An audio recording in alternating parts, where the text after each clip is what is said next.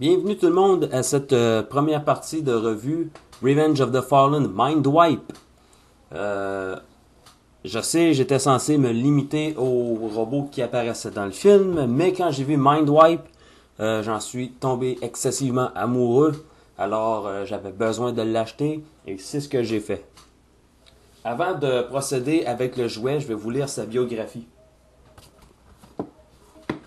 Première chose qu'on dit, c'est avec son pouvoir hypnotique, Mindwipe pourrait être de taille à affronter un robot aussi puissant qu'Optimus Prime.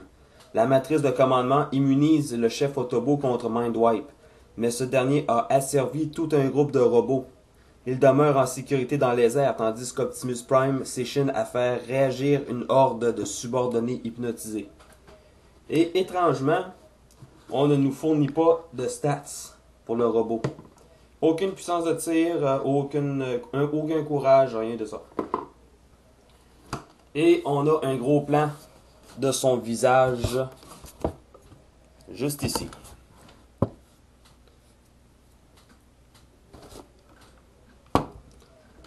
Maintenant, on s'attarde aux jouets. Mindwipe se trouve à être un jet furtif et un gris anthracite avec du mauve, des parties rouges claires pour le cockpit et du gris clair pour l'insigne des Decepticons et pour les signes tribaux cybertroniens. On a un train d'atterrissage en dessous, facile à rétracter. Ce qui m'amène au prochain point, le mode robot mal camouflé vu du dessous. Vu du dessus, aucun problème, aucune critique, rien à dire, que du beau. En dessous, eh bien là, on voit des parties de cuisses, on voit la fourche, on voit la tête, bien évidemment. On a d'autres parties claires rouges ici. On a une autre partie du chest plate, ici et ici aussi. Donc, mode jet, plutôt bien fait, extrêmement bien fait, mais camoufle mal le mode robot vu du dessous. Mais on peut pas vraiment se plaindre parce que c'est un des rares jets faits en Transformer qui a absolument aucun undercarriage en dessous. Donc, on peut pas vraiment se plaindre sur cette option-ci. C'est notre ami Fury qui nous a indiqué le premier qu'il y avait une combinaison entre Mindwipe et le Scout Class Skystalker. Et Skystalker est un peu plus foncé que Mindwipe, mais ça l'empêche pas de se coller dessus comme une espèce de Remora. Quoique le Remora, lui, c'est plus en dessous, mais bon. On a des pegs ici. J'avais fait une revue sur lui en passant. J'indiquais pas savoir à quoi servent les pegs, mais bon. Et on a des trous sur le dessus. Donc évidemment, tout ce qu'on a à faire, c'est de bien aligner les pegs dans les trous et on appuie et c'est tout. C'est ça la combinaison entre les deux. Peut-être qu'un fan pourrait faire une combinaison inventée de son propre cru pour faire une espèce de set d'ailes supplémentaires, peu importe comment, je sais pas, pour que ça se fonde bien l'un dans l'autre, ça se combine bien. Là, tout ce que ça fait, c'est un jet qui porte un autre jet sur son dos. C'est rien d'extraordinaire. Mais quand même, ça tient assez solidement, merci. On n'a pas d'armes à proprement parler avec Mindwipe. Il n'y a pas de fusil, il n'y a pas rien qui sort plus qu'il faut. Vraiment, c'est quelque chose d'assez simple, mais qui en vaut tout de même la peine. Pour transformer, je vais terminer cette vidéo-ci avec la transformation en passant. Pour transformer, simple.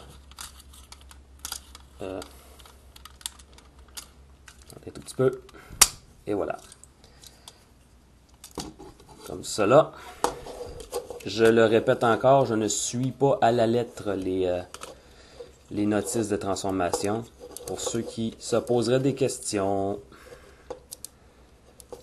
Oui, on va aligner les jambes comme il faut. On va tourner tout de suite. Et ensuite, je vais remonter un peu pour réaligner ça. On va baisser un peu parce que le chest plate ici est sur un ressort. Pardon. On peut relever cette partie ici. Ou peut-être pas tout de suite, mais bon. C'est pour sortir la tête. Et voilà. On relève la partie ici. Ce qui fait ressortir la tête. Là, je l'ai fait off-screen. Veuillez m'excuser.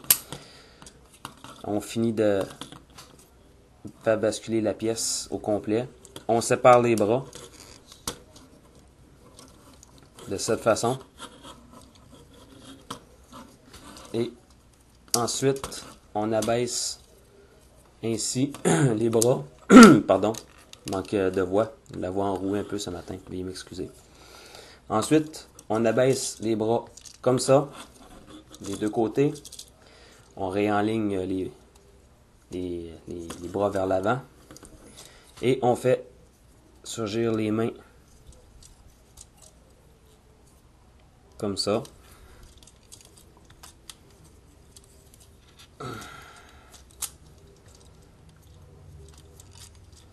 Pour les jambes, on tourne le pied comme ça et comme ça. Ça donne des jambes assez abstraites.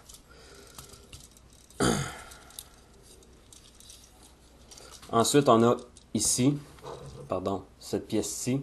On va la remonter vers le haut.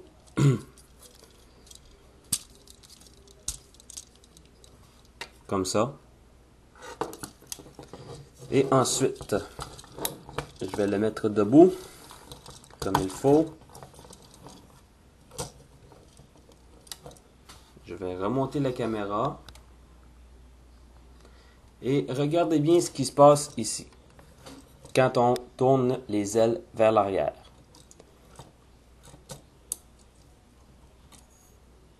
Vous avez vu, ces parties ici sont sorties et cette partie ici s'est repliée vers l'intérieur. On recommence en gros plan.